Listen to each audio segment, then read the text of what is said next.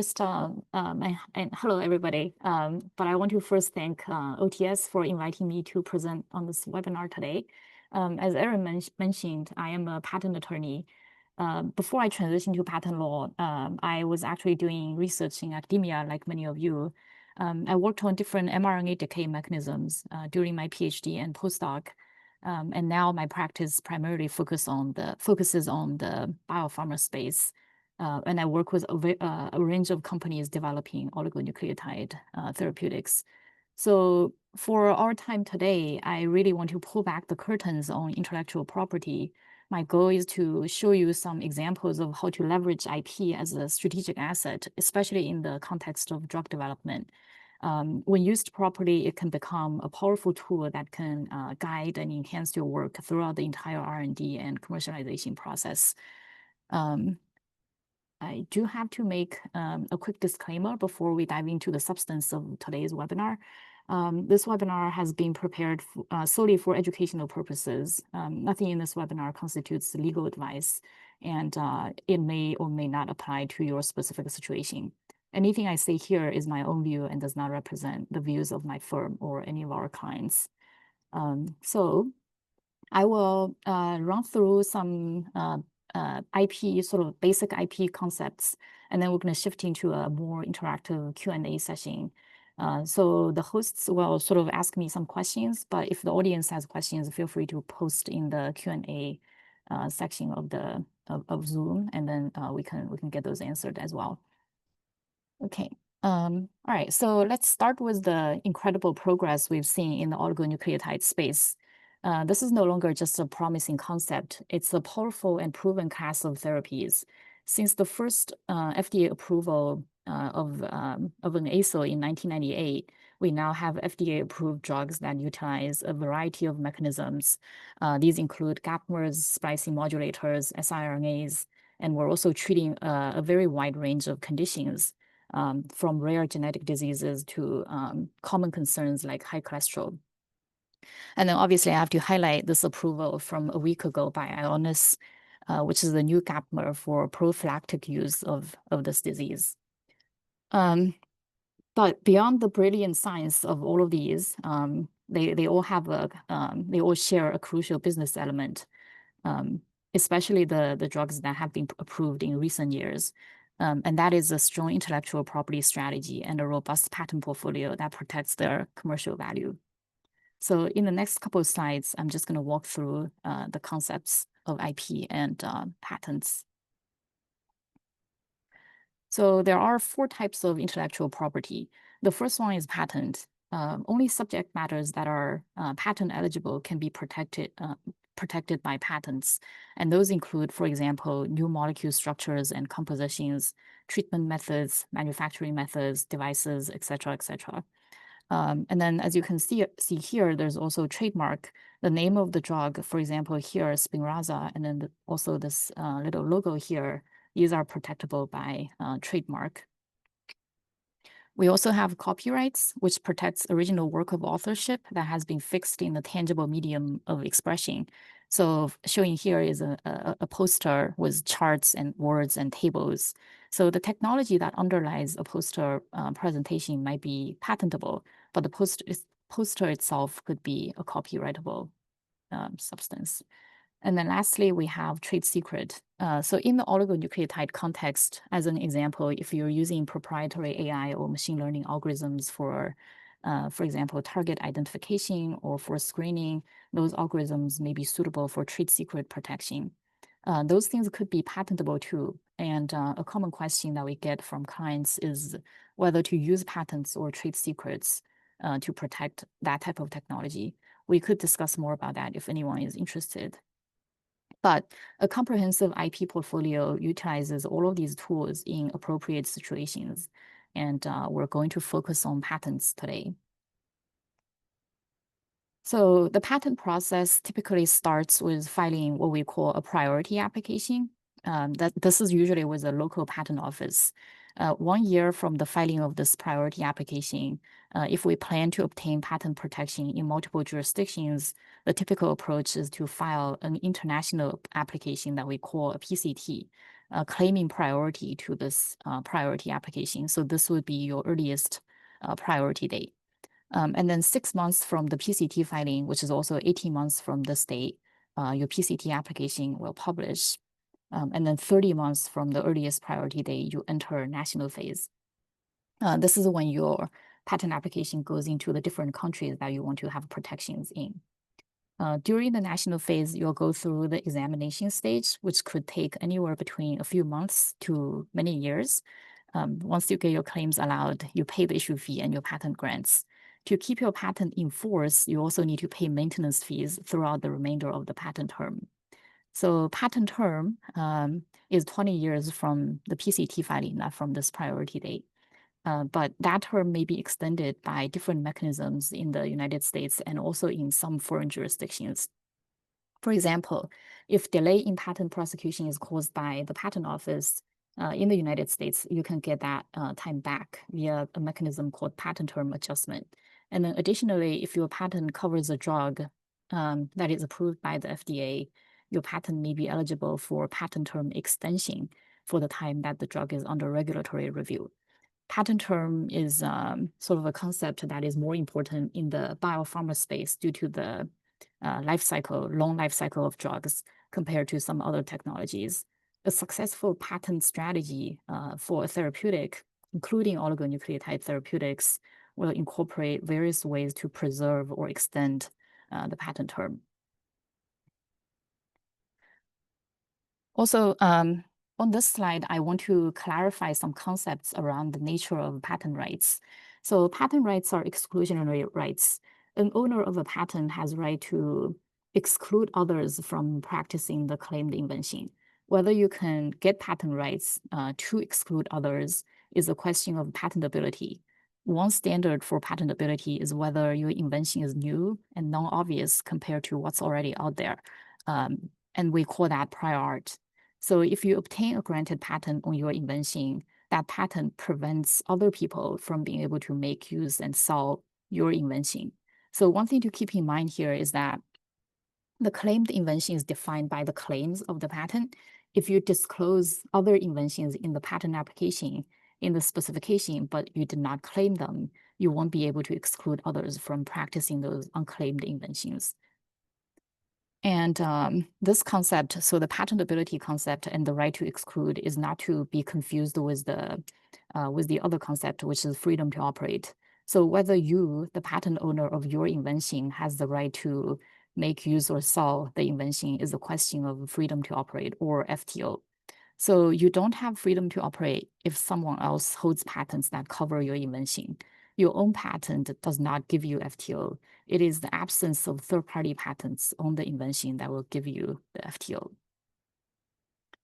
And then lastly, before we move into the more interactive part of the discussion, I want to touch on the concept of patent lifecycle management.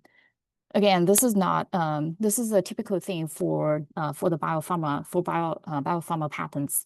It isn't necessarily unique to oligonucleotides, but these considerations do apply to oligonucleotide therapeutics as well. So the process usually starts with a basic research. It may be a platform, or it may be a new molecule for treating a disease. If it's a platform, maybe your first filing is a platform and its applications, and then the molecule and the use will come later. But if the initial research is on the molecule, then the first filing could just be the molecule and its use. Then you have preclinical studies where you might be making modifications and improvements on the initial molecule, and that will eventually lead to a drug candidate.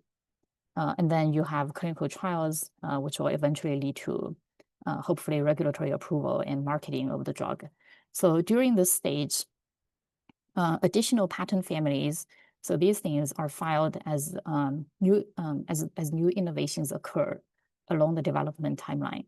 Some examples of the general concepts for the later filings are on the slide. So as we all know, drug development is a very long process. And by the time you have a drug approved, the early generation filings are usually near the end of its patent term, which, as we said previously, is 20 years.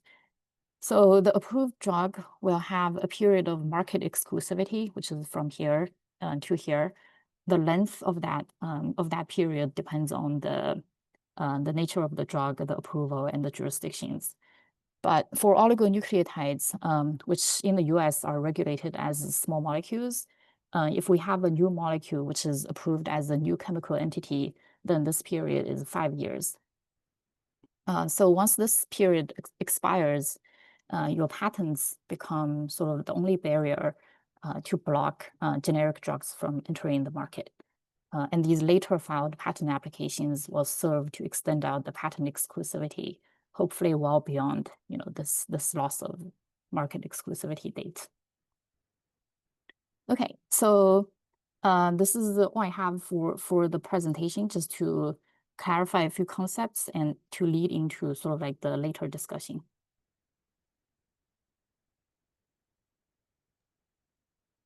Great. So just a reminder to everyone that you can put your questions in the Q&A. And so Ronald and I will be moderating the session. We'll follow along with those questions to make sure that people are having an opportunity to ask them. I do see some hands raised, so we can also incorporate questions in that way as well. And we have some prepared questions as well to get through. So I'll pass it over to you, Ronald, to get things started. Oh, thanks, Erin. Yeah, so let's start with the very first question. I think the oligonucleotide space is very exciting. I think we see a lot of new applications, and also the annual meeting of the OTS, which will be in 2 months, is also, I think more and more people get interested in these kind of drugs. So what are some of the most exciting IP opportunities in this oligonucleotide space? Yeah, thanks, Ron.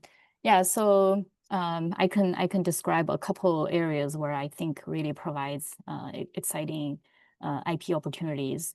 So the discovery of novel biological targets sometimes are always in the scientific spotlight because they are fundamental discoveries. But in my view, the most foundational and valuable IP opportunities in the oligo space lie in the enabling technology that really make these molecules truly viable as medicines.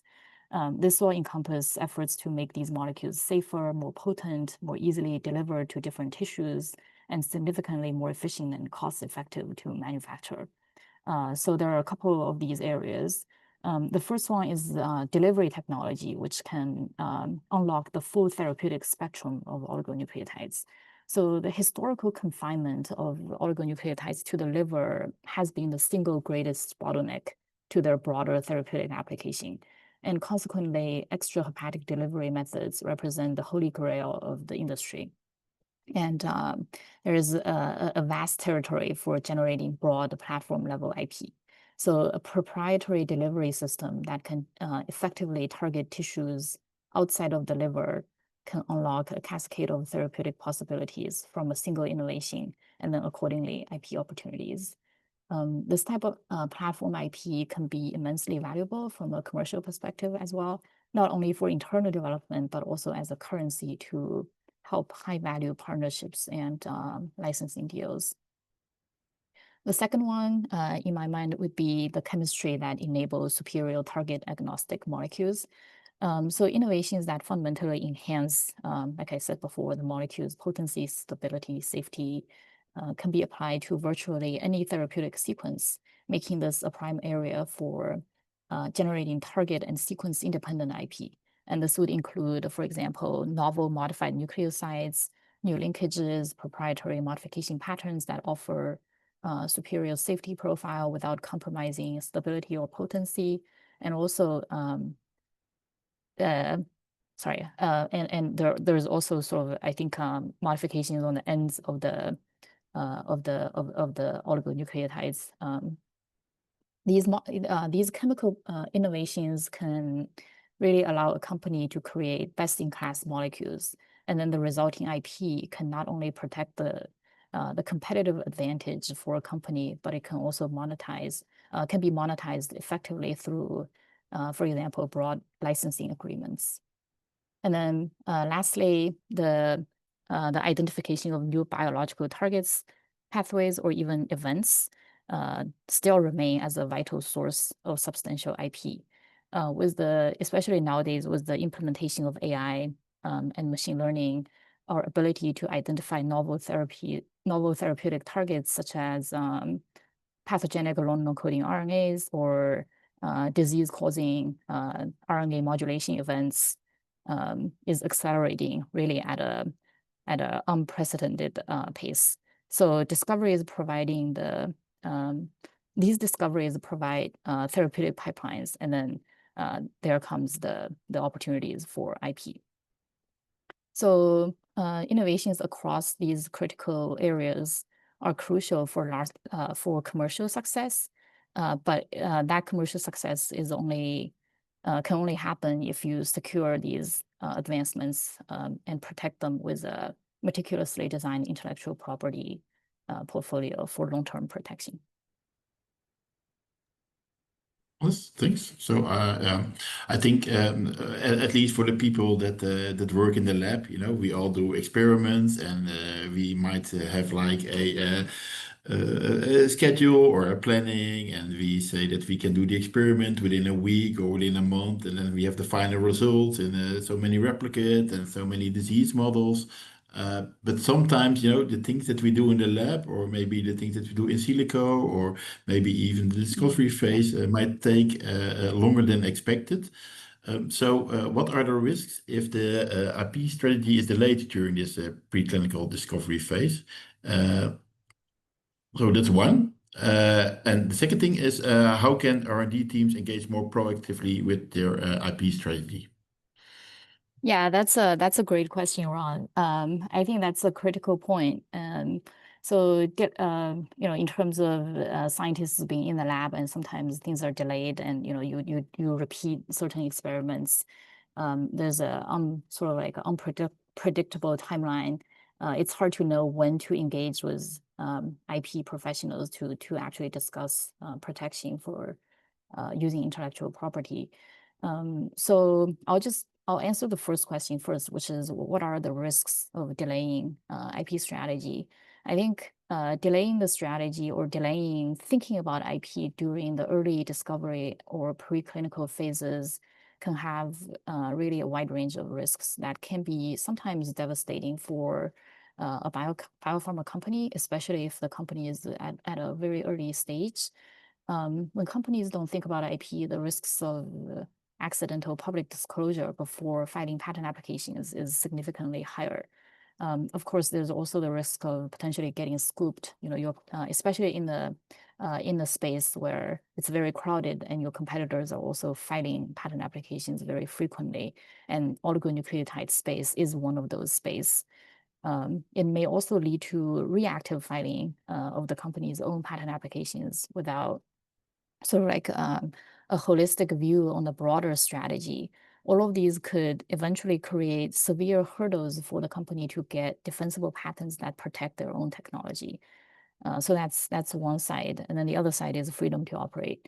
That can become an issue if a company goes too far without understanding the patent landscape and potentially third-party patent risks. The business risks then will follow. Again, like this is more acute for early stage companies than large pharmaceutical corporations. Those business risks could include inability to secure funding and challenges in further business partnerships because of the lack of strong protection for your technology and/or the potential patent infringement risks down the line. In terms of how the R&D team can sort of more proactively engage with IP, I think there are a couple of things that can be done. The first one is to think about the scientific discoveries as inventions. So this is a kind of a reframe, a shift in the mindset. So a discovery might be a new biological pathway, but an invention that has commercial value is the new drug that targets the pathway or the new diagnostic method that measures it. So thinking this way could help R&D scientists to identify the commercially valuable and protectable aspects of their work rather than just the purely scientific findings. The second one is try to make the IP council your first call, not your last. I think the IP team really should be treated as a collaborative member of the R&D team. So IP attorneys like myself often have technical background, and we can speak the language of the scientists, and we can also translate the science into the language the legal system can understand and into actionable legal strategies. So an early informal brainstorming type of session with an IP attorney can usually help spot potential patentable inventions early on. And it can also guide future experiments to generate the specific data needed to support a strong patent application. And this could also ensure that you don't, accidentally disclose the invention before it's protected. The last thing that I'll say is maybe to broaden your competitive intelligence. So R&D teams are experts at keeping up with academic literature. I go to them for the latest advancements in science all the time. But I encourage them to also get comfortable looking at the patent landscape. It can help them understand the competitive environment and also to identify white space for their own research. This could avoid reinventing something that's already out there or stepping into something that's already protected by very strong patent portfolios. As a matter of fact, for these reasons, many of the clients that I work with in the oligo space, they choose to actively monitor the patent landscape, and they routinely discuss with us both the technical and legal aspects of the patent landscape. I think maybe to summarize, the ultimate goal is just to create a culture where IP is seen as an integrated part of the R&D lifecycle. I think when science and the IP strategy evolves together, the company that's involved is in a much more powerful position.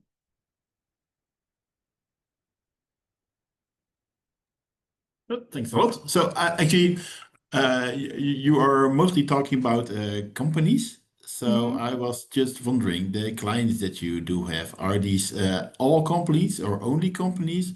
Or are there also some academic partners that?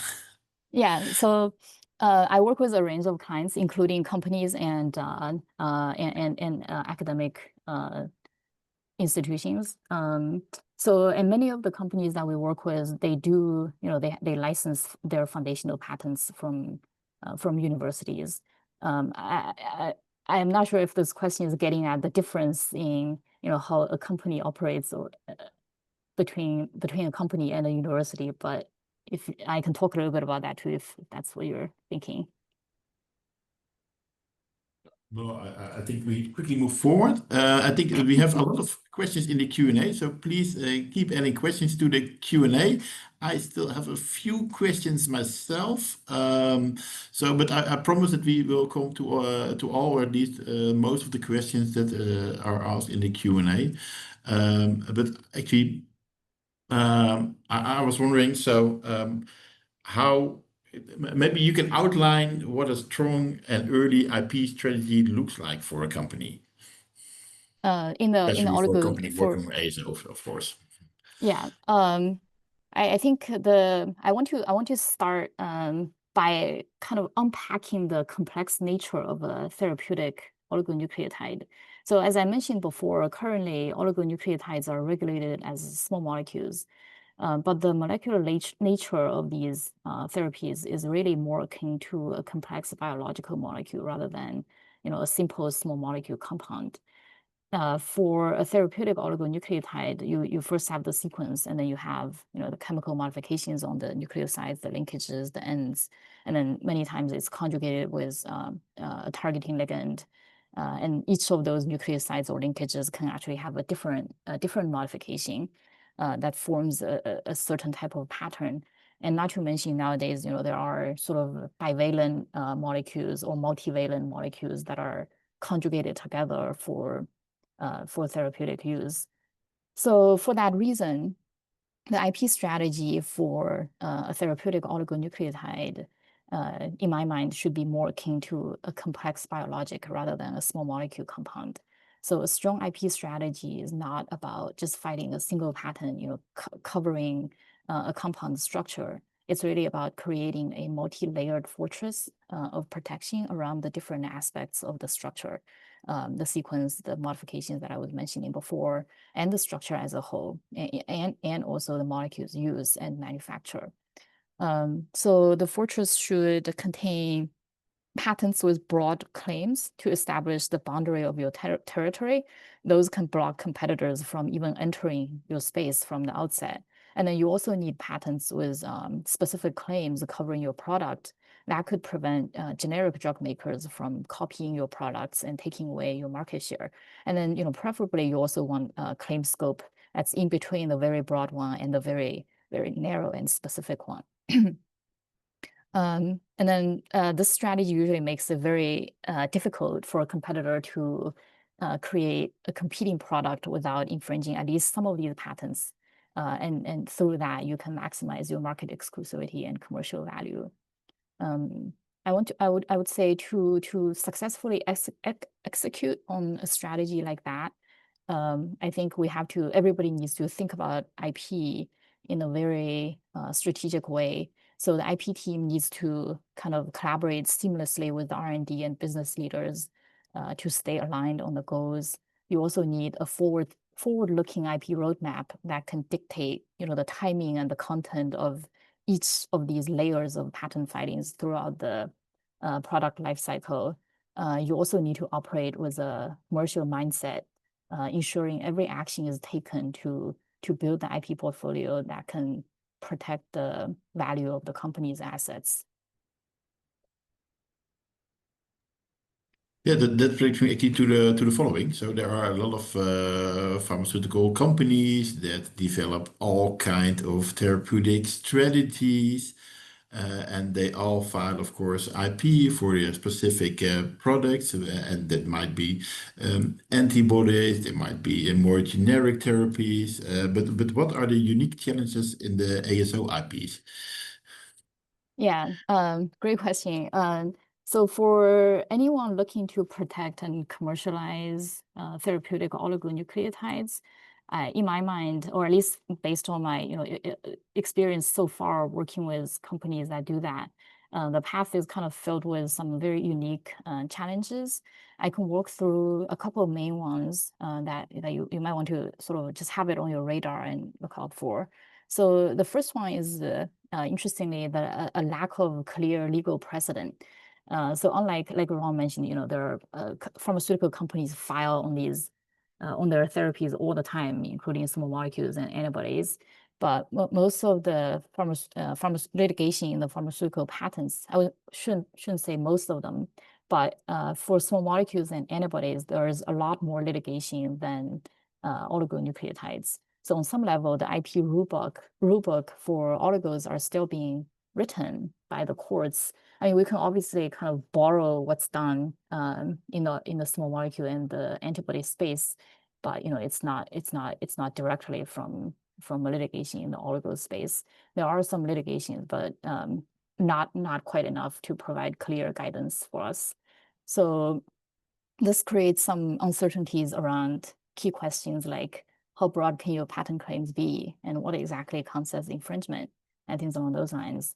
So this ambiguity means that IP strategy involves navigating a lot of gray areas, a lot of uncertainties, and that sometimes can be a real challenge for you to forecast risks, and also for valuation.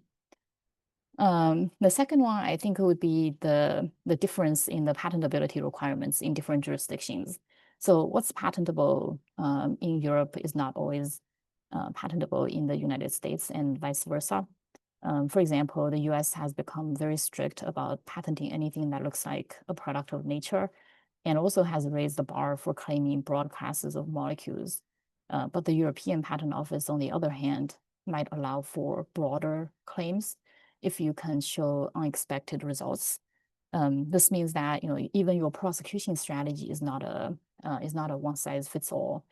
global one. It has to be kind of tailored for each major jurisdiction from day one, starting from when you're drafting that patent application. The third one, which I sometimes don't want to think about, is the human factor. That means the variabilities in the patent examination. Getting a patent, unfortunately, is not a purely objective process. It can sometimes depend very heavily on the specific examiner assigned to your case.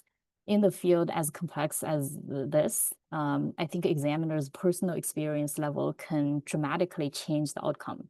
And this can lead to unpredictability in your prosecution timeline, your cost, and even whether you get your patent to grant at all.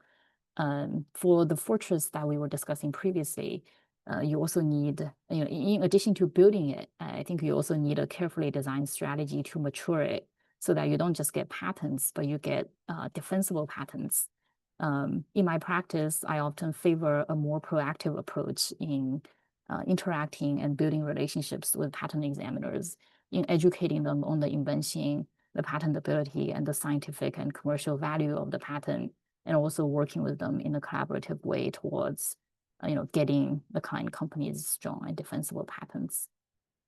And then lastly, and this is definitely very critical, is that any companies in the space have to navigate a very complex patent landscape, both for patentability of your own molecule and for freedom to operate.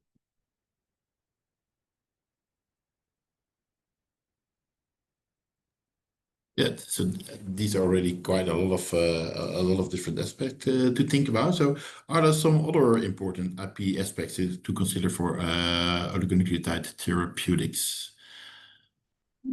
Yeah, I think there are a lot of things to consider, but I think I want to touch on IP ownership.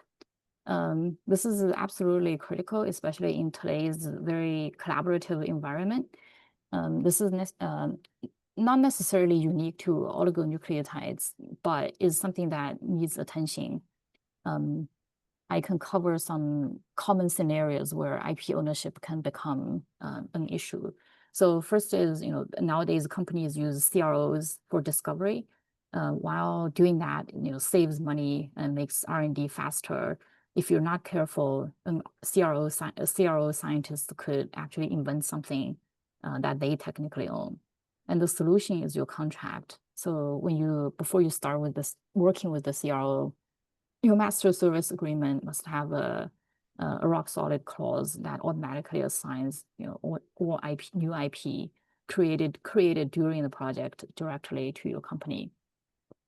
So that's one. And then the next one, next situation for IP ownership is maybe if you are licensing, platforms such as a novel discovery system, novel delivery system, or some chemistry that's applicable to to multiple genes or sequences.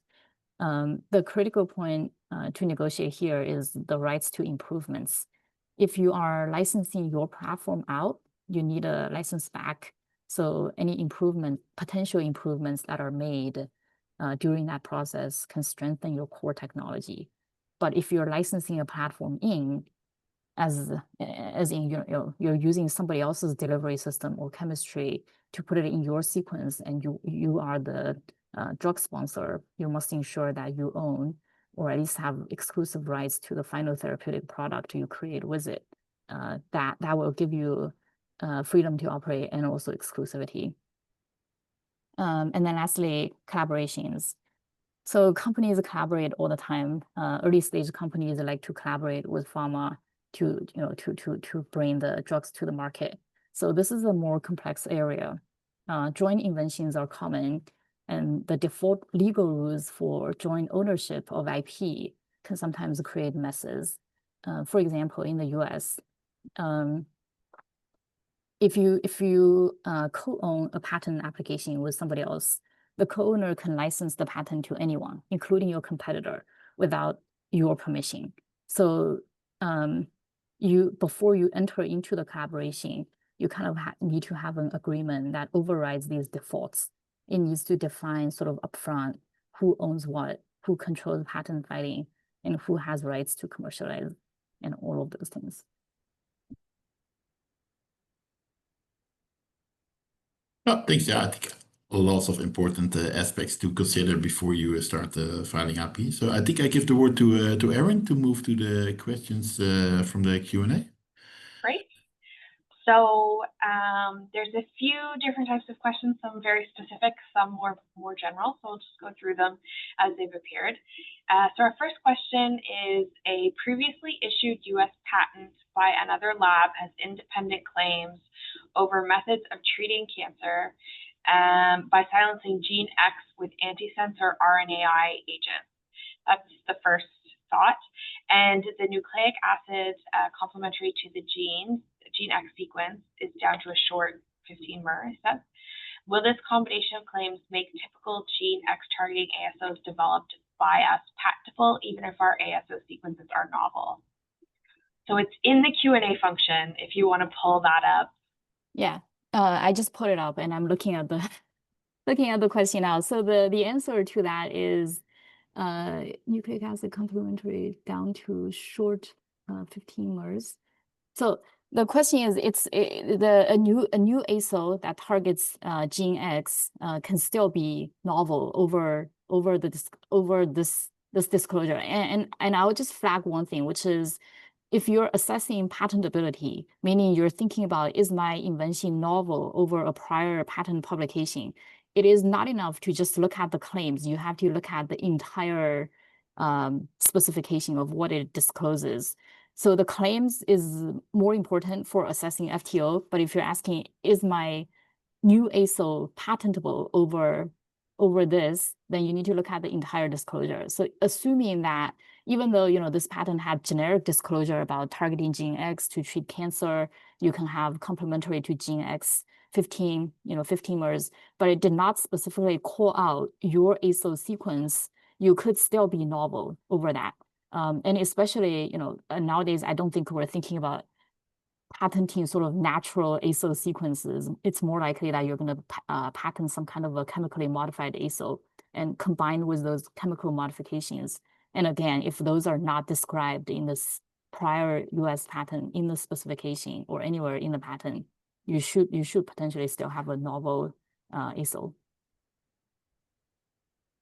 Great. All right, so moving on to the next question here. We have, after filing a patent to obtain a priority data, is it appropriate to disclose the invention in conference or publish in journals? So this happens all the time. Clients come to us and say, I'm about to disclose, you know, this at a conference. Can you file a patent application on this? I think the answer to this question depends on how well drafted your first filing is. And this is sometimes why our recommendation to clients would be, you know, to try to tell us as soon as you know you're going to present, so that we can have time to actually draft a full application instead of just kind of like a cover sheet provisional, only putting in data without a lot of, you know, other patent specific things like claims and, you know, specification, potential design runs and things along those lines. So to come back and answer your question, I would say, if you can ensure that anything that you disclose at the conference is covered in the initial filing, then I don't see a lot of issues with that. But in the event that, you know, your filing is a very lean prophetic filing, and then at the conference, people are pushing you, asking you questions and asking, you know, does this work? You know, can I change this and might that work? And you start getting into those discussions, your patent filings might not protect you for those things if it's not well written. Can I maybe interrupt? So for a question, so Yeah. so what can you present at the scientific meeting? So would you say, okay, well, can you present? Because I see often like I see presentations where they talk about gene X with the ASO or Y, and it has an effect on protein A. So is it something that you can present, or can you not disclose any data at all? Yeah, you can. I think you can present that, as long as, you know, if that's a new concept, then I think you'd want to file your patent application first before you go and present on things like that. What I have typically seen, in these presentations, especially if the presentation is made by companies who are actually developing their drug candidates, they will present data, and they will present sort of like the broader mechanism of how the molecule works, but typically they will not present the exact structure of the molecule, because that is confidential information that needs to be protected from the public for as long as you can. Great. Okay, so for our next question, I'm not 100% sure on the acronym, so hopefully you'll recognize them. Does the ESC chemical modification pattern prevent other sequence or targets from obtaining FTO? So I think you're referring to the Alnylam's chemical modification, the ESC technology. So if you're asking the question, you probably know there's a couple of iterations of the ESC technology. So Alnylam did file foundational patents covering the ESC technology in the sequence and target independent way. So they are broad claims on the chemical modification. But the question of whether those patents prevent anybody from using a pattern that is similar to that technology is a very fact-dependent question that I can't really answer here. You'll just have to do the analysis. You need to identify those patents, and then you need to look at the structure of your molecule, including the modification patterns, and see if those patent claims in the granted patents actually read on your molecule. If they do, then it probably creates a FTO issue. If they don't, then there is no FTO issue. Okay, great. All right, so if someone has filed patents for ASOs against the mRNA of a gene, will it also cover the intronic region targeting ASOs? In other words, could someone target the intronic region of the same gene to get a new patent? So I mean, by mRNA, you meant the mature transcript, and that doesn't include the intronic regions. If that's the case, then you can, assuming nobody else has actually used ASOs to target the intronic regions of a pre-mRNA, then yes, you can still target the intronic region of the same gene, and then you can potentially get a new patent. But what I have seen in patent application is sometimes companies don't just, when they describe targeting mRNA, they actually include the pre-mRNA as well, which includes the exonic regions and the intronic regions, and then sometimes they do a whole walk of the entire thing. In that situation, it might pose a potentially higher patentability hurdle for the type of patent that you're describing. Okay, so a similar kind of question, is it sensible to file on different oligo hotspots separately, or should they all be the same filing? That's a great question. It depends on what you're trying to do with these hotspots. I'll give you a couple of examples. If let's say if just a couple of scenarios, it may or may not match yours, but maybe you can see which one is more likely your situation. So if let's say it's a gene that has been targeted before, but you've identified some places where nobody has targeted in the gene, and they work well when targeting those genes. Those are the hotspots.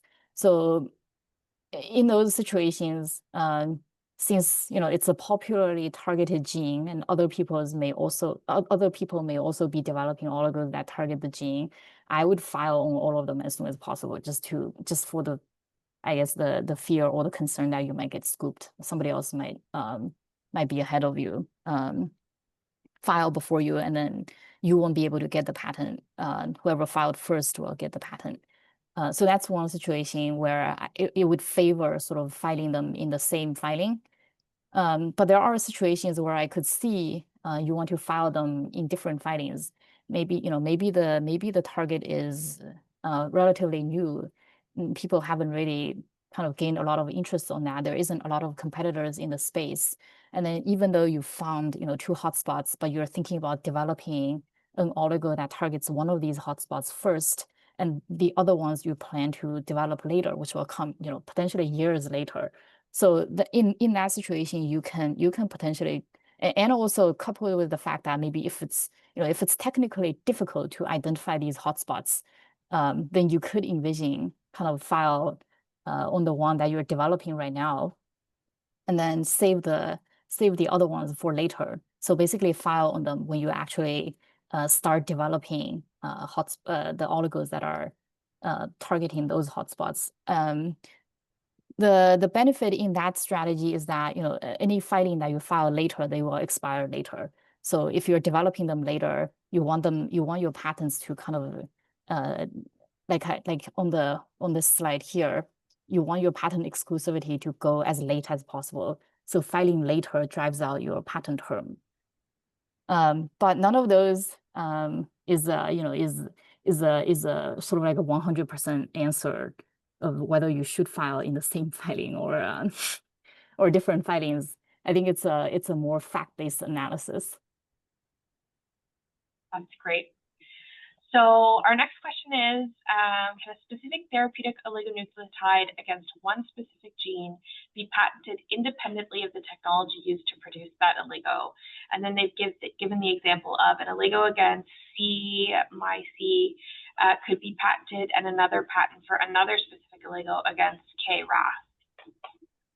Okay, so let me digest this question for a second. The specific therapeutic oligo against one. So I think so, okay. For instance, oligo against c-MYC could be patented and another patent. I think just like, say one protein versus another protein. Yeah, so the oligos that target different genes, like for example, oligos that target c-MYC and oligos that target KRAS, there are two different targets. So you can certainly patent them in different patent applications. And then the first question, can it be patented independently of the technology used to produce? So in my mind, yes. So I don't think that, so compositions and molecules themselves are patentable subject matter. It doesn't necessarily have to be hooked to how you produce them. Method of production is also another type of patentable subject matter. So if you want to file on the how to produce them, you can do that too if the method is novel. But I think the answer to your question is yes, you can. Great. All right. What are the relationships between platform technologies and non-obviousness if the platform is applied to novel oligos after a platform patent is granted? Yeah, that's a great question. So a platform technology does not necessarily render obvious an actual molecule in which the platform technology is applied. And maybe I can use the ESC technology that somebody asked previously as an example. Like for example, in one of these ESC, and I just want to say one thing actually before going into that. So it has nothing to do with whether the patent is granted or not. It's this is a patentability question. So you're asking about, is this patentable over prior art? And that early patent, the ESC patent in the example, is prior art, whether it's granted or not. It could just be a published application and it was abandoned. It's still prior art. It will sort of pose patentability hurdle regardless of its current status. So, but assuming you've looked at the disclosure of that ESC patent, and it, even though it describes the platform, which is the chemical modification, but it didn't describe targeting this particular gene that you made an oligo out of. It also doesn't describe the specific sequence of your oligo. Then I think your patentability is now hooked on the gene that you're targeting and the specific sequence of your oligo. So in that situation, yes, it is patentable. Okay, great. All right, with regards to oligonucleotide patentability, can you address what constitutes a novel claim that would be non-obvious to someone trained in the art?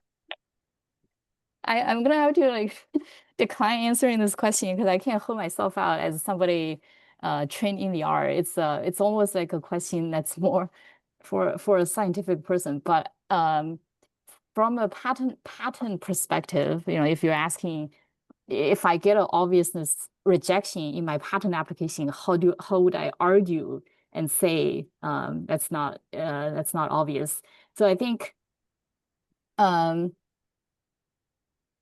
novelty is easy. Novelty is if you just have something new in your claim over the prior art that's, for example, cited by the examiner. It's a fact analysis. If anything is additional or new, then you're novel. But obviousness is a more, I would say, it's not purely a fact analysis. It's a fact combined with a legal analysis. But the common ways of showing non-obviousness would be to, for example, you could point to the references that the examiner cited and point out the difference between your claim and the reference, and also argue from a technical perspective why one wouldn't want to modify the prior art reference to arrive at your structure. So that's one way to do it. And then to make that argument stronger, you could also point to data that you may have generated with your new invention that showed improvements or unexpected results over the prior art molecule. So anything like that can support a finding of obviousness. Is that going to be enough? That question is fact-based and difficult to answer, and sometimes it's examiner dependent. Like I was saying earlier, there's a wide range of variability there. Okay, good to know. So here's one. We have time for a couple more questions, but this one's kind of more general. It says, after you file a patent application, can you update the application with results from research in the lab and thereby update claims, or should you file new findings as a separate patent application? Yeah, that's a great question. And the answer is it depends. So you can only update your application if you're still within the priority year. On one of my slides I talked about the priority application and the PCT filing. So during that year, before you file your PCT, you can always update the application. So if you're outside of that 1 year range, then you have to file a new application. You can't update. But assuming you are within the range, so how do you decide whether to update or to file a separate application? I think it depends on a couple of different things. Usually you can assess, is the new data generally supporting what I have already disclosed in the first application and which is what I'm claiming. If it's only a supporting role like that, then I think the more sensible thing to do is to put it in the update application.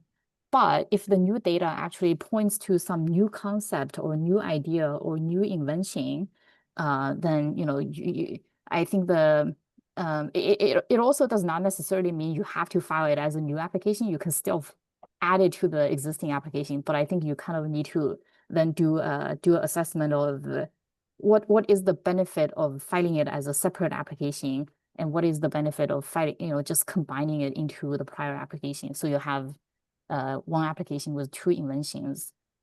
And again, in the drug development context, like patent term and extending out your patent term to drive out exclusivity is something that's important. So many times in that particular situation, we'll prefer, or clients would prefer to file the new invention in the new application, which has a later expiration date rather than just putting it into the earlier application. Okay, great. We can sneak a few more questions in. All right, so can you please point to industry recommended resources other than the WIPO to do our own preliminary patent and FTO analysis? That's a great question. If you're just searching for patents, just not a very comprehensive patent database search. I like to use Google Patents. Like if I want to quickly just see, what are the parties that are out there that use siRNA to target, I don't know, PCSK9. I don't think actually PCSK9 is a good idea, a good example, because you'll find like too many to sort out in Google Patent. But just as an example, you can just type in those keywords in Google Patent and it'll pull up a lot of relevant things for you. But if you want a more comprehensive sort of search,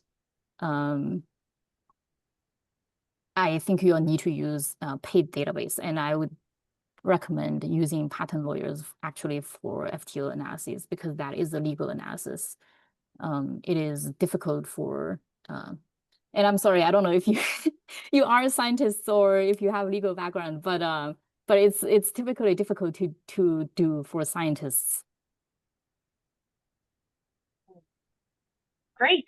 Yeah, as someone who has dealt with being a scientist on the side of patenting oligos, it is very difficult to try to do it as a scientist. So definitely reach out to your expertise.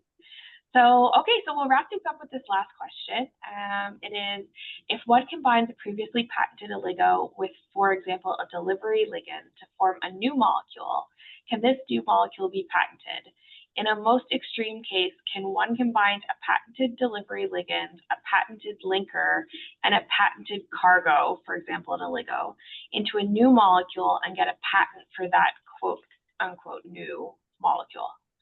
Yeah, that's a great question. And we do get that question actually quite a bit sometimes from companies that we work with. So the quick answer is that you've created a new molecule. So these molecules, even though you're combining existing components, but unless the prior art has already combined them together, otherwise you've created a new molecule. And as long as it's new, you have a chance of patenting it. The biggest challenge you will face is the obviousness. So, examiners will pull up prior disclosures on each of those components and make some arguments saying it would be, one would have motivation to combine them and there would be an expectation of success. And therefore it's obvious. But for you, if you did combine them together and you're testing your molecule, you're identifying drug candidates, you must have generated a lot of data. And there has to be some functional reason that you're choosing certain molecules as a drug candidate for later development. So all of those data can show surprising results or improved activities or just effects that haven't been shown before in the prior art. And you can use those to support a finding of inventive step or non-obviousness. Okay, great. Well, with that, we're wrapping up right on time. Thank you so much, Jean. This was an excellent session. I'm not sure if you have a way for people to reach out to you. If they have questions for you, if you can maybe put your email in the chat, or if they can reach out to you through LinkedIn, whatever your preferred method is. Yeah, I can put my email in the chat. Perfect. And if you just search my name on LinkedIn, you should be able to find me. Okay, great. Great. Well, thank you everyone for attending. Thanks again, Jean, for such an awesome session and for being willing to take all those questions. And we hope that everyone will tune in to the next webinar series.